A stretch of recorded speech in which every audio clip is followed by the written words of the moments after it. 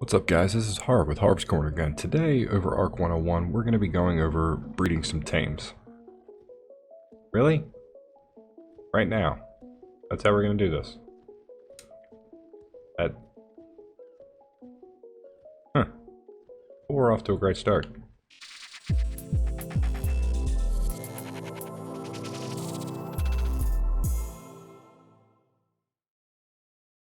So we're going to go over arc breeding. So breeding tames, what encompasses creating, breeding your tames, creatures, whatever. And then also we're going to talk about breeding animals specifically for their stats. And this is kind of a second part to the egg hatching 101 that I did as well. And I'm going to do one after this probably next week for more of the mutation side of things and how that works. But we're just going to go over the breeding and breeding for stats, right? So let's set the stage, right? So let's just to give you some context, let's say new survivor, right? I tamed a male and a female raptor, both high level, both how I put in the work. I got 100% tame effectiveness, and this is what comes out of it. So we have two raptors that were 150s that tamed to 225s. The problem with this is these two raptors don't have the same stats. Now the way Arc works is that a creature, when it spawns, let's say it's a level 10, just for sake of argument. When it spawns at a level 10, it's given 9 levels randomly to its stats. So it might have more stats in food and not as much in melee. So with that being said, you may find a high level dino that doesn't necessarily have the same stats as maybe one that's a little bit lower than it. And that's where breeding for stats comes in. So what we got is a female and a male raptor. So we check the female stats on here. It's 1600 health, and primarily for raptors. Let's say I'm going to use them for guard dogs to kind of follow me around. So really we want health and melee. That's what we're looking for. So we have 1600 health on the female and 392 melee damage. Now on the male we have only 880 health, but we have 434 melee damage. And if you notice, all these stats are different with the exception of movement speed. Now the thing about movement speed is wild dinos never get additional movement speed. The game, however, can allocate some of those random levels to movement speed, but essentially they're just wasted points. You're not getting anything out of it. Even though they're the same level dino, the stats are not nearly as comparable. But again, that's where breeding for stats comes in. So let's just say, just for sake of argument, the health and the melee I'm concerned about. So really what I really want to do is to mate these guys and hopefully get a child, a baby raptor that has the high health and the high melee. Now there's lots of videos, there's lots of tutorials, there's lots of articles, there's lots of documentation, and for some reason or another they all seem to say different things. When you breed animals, and we're going to do that here, there is a slightly higher percentage chance that the baby is going to receive the higher stat. So in this case we have a slightly better than 50-50 chance that the baby's going to get the higher health and the higher melee. It's not guaranteed, and a lot of this when you're breeding through stats is just doing it over and over again and hoping that you get the result that you want to. It's a little bit of insanity, but it is the best way to do it, at least from what I've seen and what I've done. So these guys are typical egg layers, so we're going to put them both on enable mating. Now I have a lot of these settings cranked up on the single player mode, mainly because we can speed through the process that much. But as soon as they're both on enable mating, we see red hearts pulsing at the top above their icons, and we start to see this mating bar down here. Now with egg layers, once this timer reaches out all the way to 100% on the mating, the female will drop a fertilized egg, which looks a little bit different than a normal egg. It'll have like a little red mist coming off of it. We'll grab that egg, we'll hatch it. If you don't know how to hatch eggs, we have a 101 on hatching dino eggs, which will be incredibly helpful, but I have some ACs over here to help me. While that's going, the other thing we're going to talk about is mammals. What if they don't lay eggs? What if they're mammalian? So check the female here. She's got, this is a horse really, so really we're looking at maybe health and weight. Health weight, 1728 on health, 581 on weight for the female. Now the male actually has less health, I think. Yep, and they have the same weight, which isn't very common. So what other stat do we want? Maybe stamina might be one, so 2700 stamina. And 2300 stamina. What we'll aim for with the Equus is our stamina from the male and the health from the female. Now, because these two have the same weight stat, 581 and 581, we're guaranteed that the weight's going to be 581. So there's that as well. How close are we to being done here? All right, so we're almost done. I'm going to wait for this one and pop the egg out, and we'll go through this one real quick. All right, bam. So you'll see a little animation. She'll drop an egg. Has a little red mist on it. Pick that up. I want to turn these back off. So it's important, if you're not going to be around, to make sure these dinos are not on mating. Because if you're not around, I see how this ready to mate down here says 2 minutes. That's because I have the settings cranked up. But normally that'll be hours or even days. And if you don't turn off that enable mating, they'll mate while you're AFK, and the egg will drop and, you know, get destroyed or eaten or whatever, or, you know, spoil because it's not being incubated. So very important to do that. If you're doing like a mass breed where you have one male and like a dozen females, you can always just turn the male off. Easiest way to do it. Anyway, so we're gonna drop the egg here by the air conditioners. That's gonna incubate. It's got about 2 minutes on it. And this works with pretty much any stat that you're trying to get the higher of. So a lot of times the trick would be to tame multiple high level dinos, 6 or 7 high level dinos, and pick the highest melee out of all of them, or the highest weight out of all of them. And that's the one that you want to go through your breeding line with. These are just an example. And we're just only doing 2 stats, but the same process can be added to all stats if you're trying to have like a super end all be all dino, or, you know, what have you. Also, another important thing to note, when you're going to use creatures for breeding purposes, do not level up their stats. I know that it's super tempting with the arrow and the highlighted buttons to level up one of these stats. But you don't want to do that, because then you won't be able to see what their original stats are. And if you're breeding them, that's what you need to see, is the original stats. The leveled up stats don't carry over when you're mating animals, only the original after the tame stats. Those are the only things that matter. And also, when you're breeding animals, make sure you got a feeding trough handy, and remember what your tame eats. If it eats meat, you better have meat in the trough. If it eats berries, you want berries in the trough. Another good thing to do before the egg hatches is to have a little bit of whatever that is on your person, because you're going to need to hand feed this little guy when he hatches. Babies, when they're born, will only eat hand fed until they're 10% mature. Now again, I have the settings cranked on here, so where you going, buddy? Come here. There we go. Alright, so right away we're going to disable wander. They come out of the gate on wander and follow. There's some meat in his inventory, and I'm going to walk him over here a little bit. Now if you notice, he comes out at a 235 instead of a 225. That means that it's pulled some of the higher stats off of both male and female, and it's bumped its level cap up. But we're going to check it to see.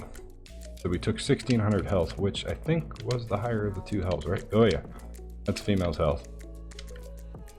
And we're looking at 434 melee, which, if we got lucky, was, and I think it was the melee. So we got lucky the first time around. We got the health and the melee. And again, these stats are cranked. Usually babies don't grow this fast, but it won't eat from a trough until it's 10% mature.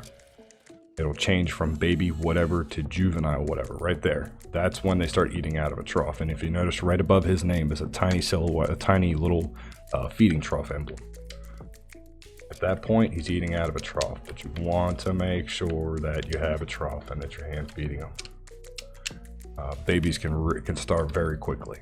Now, if you're running S+ mod, there's a bunch of different tools that you can use with an S+. There's a nanny that will feed and imprint the babies for you. There's also a hatchery that'll incubate the eggs for you. If you're running S+, look into those things. But this one, I do have S+ running on here, but I don't have the tools out here. I wanted to make this as simple, as close to vanilla as I probably could, with the exception of the stats being cranked up. So the other thing about breeding animals, when they come out, you'll see that it wants care in a certain amount of time. This is the imprint. So the imprint you can do to the baby while it's growing up before it gets to 100% maturity. And what it does is it allows you to do certain things for it to get it even more higher stats. Now, I don't want to run any imprints on this. And the reason why I'm not running on any imprints on it is because if I want to breed this again with another one, I need the original stats. Those imprinted stats don't carry over. You need the regular stats. So if you're breeding through lines to get the best stats or for mutations, don't imprint them and don't level them up. You need to be able to see the stat references and be able to go back and forth and see what went up and what didn't. You won't get accurate numbers if you level them up or imprint them. But breeding for stats, we got really lucky on this guy. We were looking for the health and melee, and that's exactly what we got. But it looks like we can see where it pulled other high stats, but that was 690 stamina, 690. They both had the same stamina, so that part didn't matter. 720 oxygen, 705, so you got the lower oxygen. Food, who cares, really? Weight was 207. You got a lower weight. So really the reason why this bumped up to 235 is because it pulled not only the higher health, but the higher melee stat as well, which bumped it higher. So, I mean, you can get really high level dinos doing this if you're doing it the right way. Anyway, that's breeding for stats and with egg layers going on, but we're going to do the same thing over here with the horses to kind of run through that process again, along with explaining how more of a mammalian birth works. And this works the same way with water creatures, with flyers, with ground, whatever the case is. They either have live births or they have eggs. Eggs need to be incubated and hatched and then fed. And we're going to go over how the live birth side of things works. So we're going to do the same thing. I'll put these guys on mating. The trick with this one is to make sure you have a lot of whatever they need to eat in the trough. Because they're going to go through a quick mating, and when that mating gets to 100%, the female is going to go in a gestation instead of laying an egg.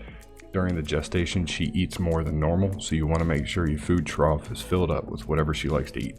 If you don't have a trough, just throw it all on the inventory of the female. So let's say I wanted, this raptor here to also have the higher weight. Well, it's a male. We got a male here. So the only option here would be to breed these two again and basically pray that it's a female and that it has the higher weight, and then take that female and that female that gets bred between those and then breed them with this one. So it's a little bit of a twisted family tree to say the least, but that's basically how you want that to work with ARK. You want to try to get the right stats. Now again with S+, and well, let's check these horses and I'll talk about it. Yep, so now she's going to the gestation period and we got 14 minutes to wait, and then she'll give birth to a horse. But also with S+, if you're using an S+ mod, there's a couple of, later on, there's a couple of toward more so endgame things that you can use.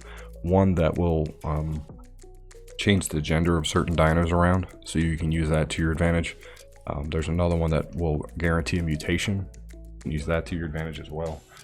S+ has a lot of different helpful tools for that to kind of make things a bit faster and a bit easier. But if you're doing it on vanilla settings, just be prepared.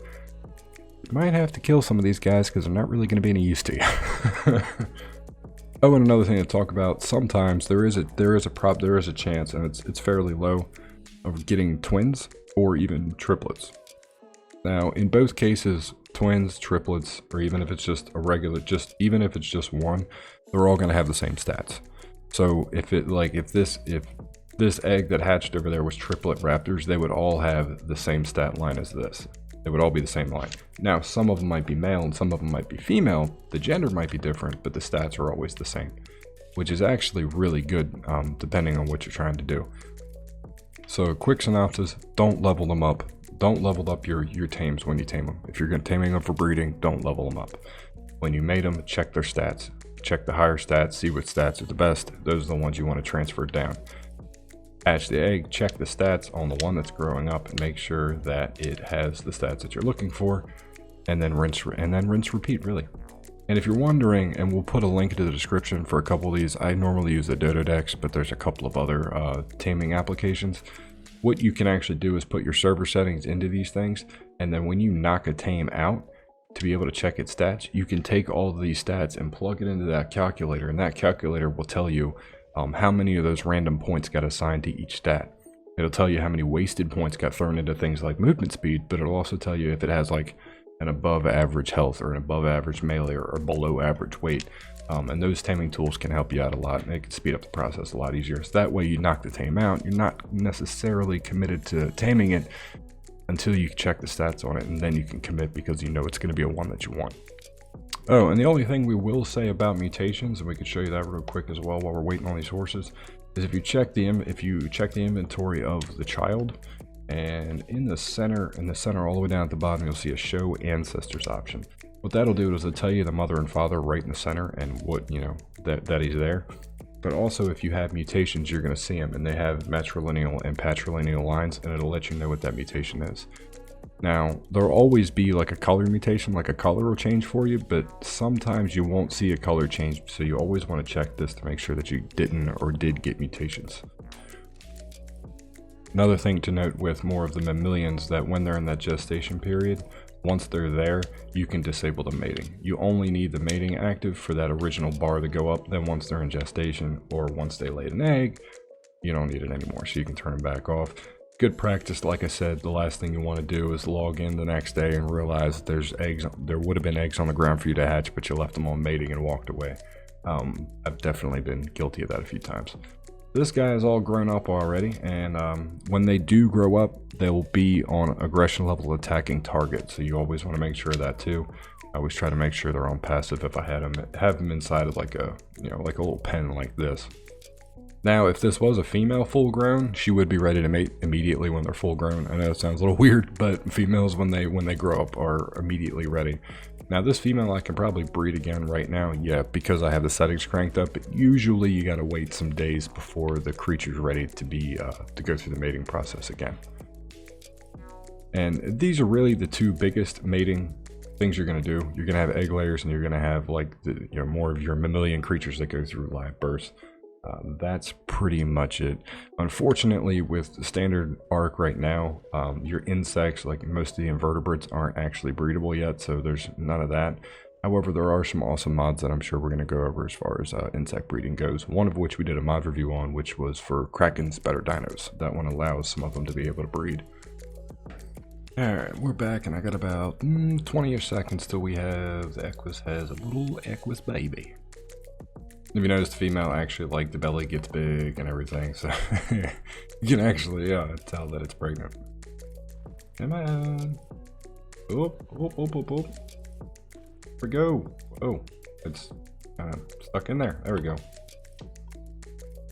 Alright, so again, we want to disable that wander, get it on follow. If you're breeding mammalians, what I would recommend is make sure that you got a fairly big space, and because sometimes when they kind of jump out, they pop out really far. So I got lucky with that one. He just kind of like, you know, kind of just dropped out of there. But there we go, a little baby horse.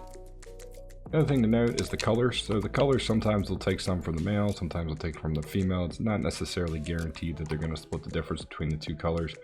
As we can see here, this is pretty much the female coloring. I don't think this is any of the male coloring at all. Well, let's check the stats. It did come out at a 227, so something must be a little bit higher between these two. So we got 1700 health, which I think is the high health. Yep, that's the female's health. Yep. And the stamina, we actually got the high stamina, 2700, which is from the male, I believe. Yep, got that too. The weight, again, is going to be identical because that's the way it is between the two of them. Melee damage is 413. I don't think you got the... Well, maybe you did get the melee damage. You just got the melee damage as well. So we got a triple threat where you got all the high stats. So I got lucky this time around, looking for the better stats for both animals. Honestly, this usually doesn't happen quite as often. And you'll find that the more stats you're trying to transfer over, the more likely you are to have to kind of go through the thing again. What I would recommend, and this is kind of a method to do it for more of like if you're trying to build like the super dino. So let's just say I had, I don't know, let's say I had 10 raptors, right?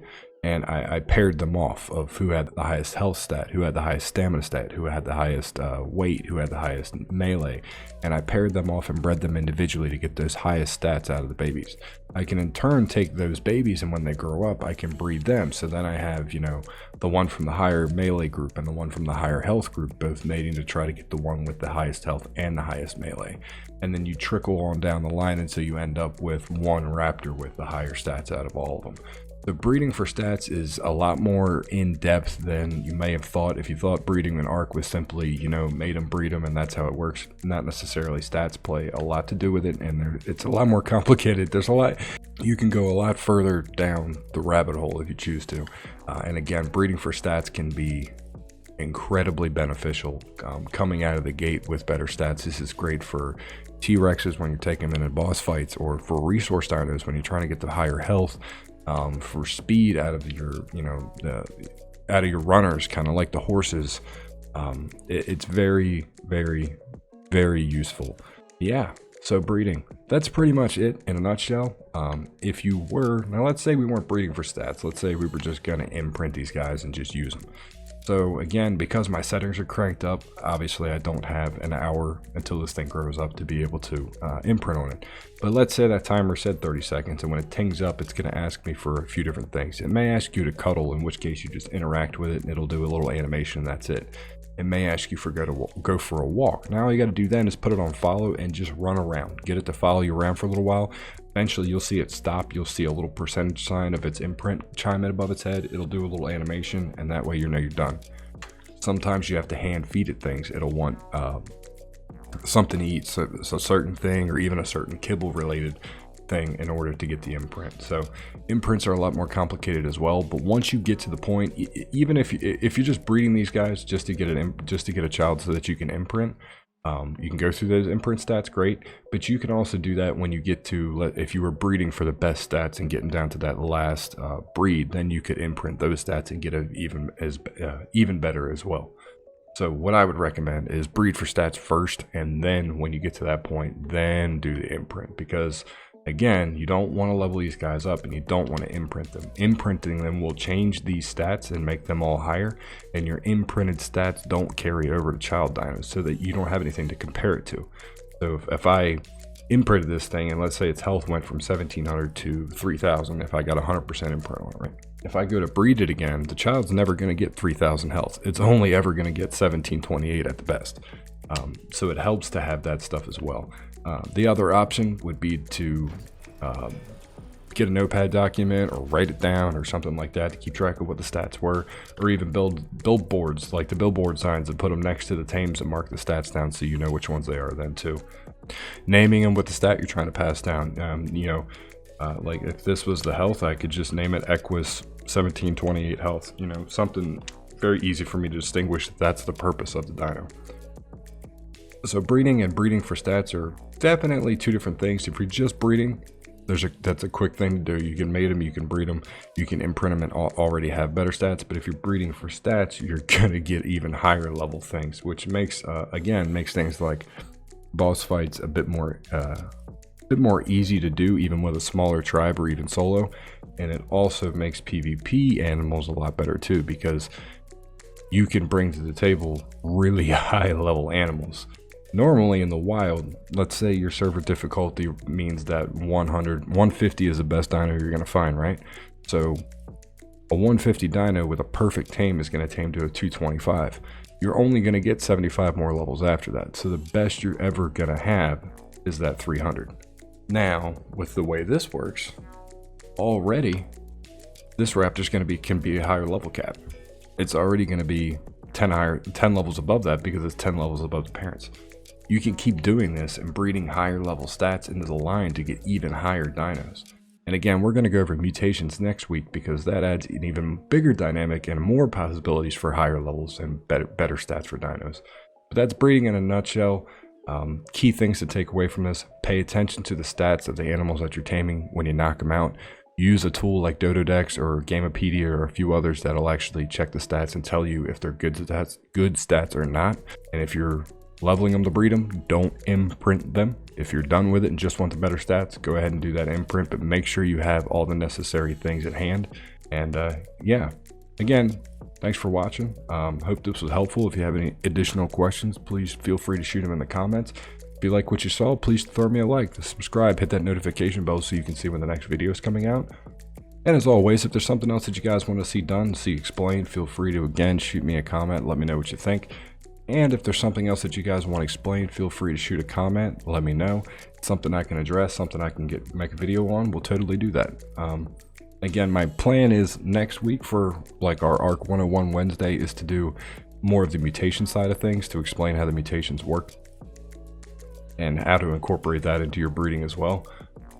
But yeah, you got a baby horse, you got a baby raptor, we get it. That's all for now, guys. Till next time, thanks for hanging out.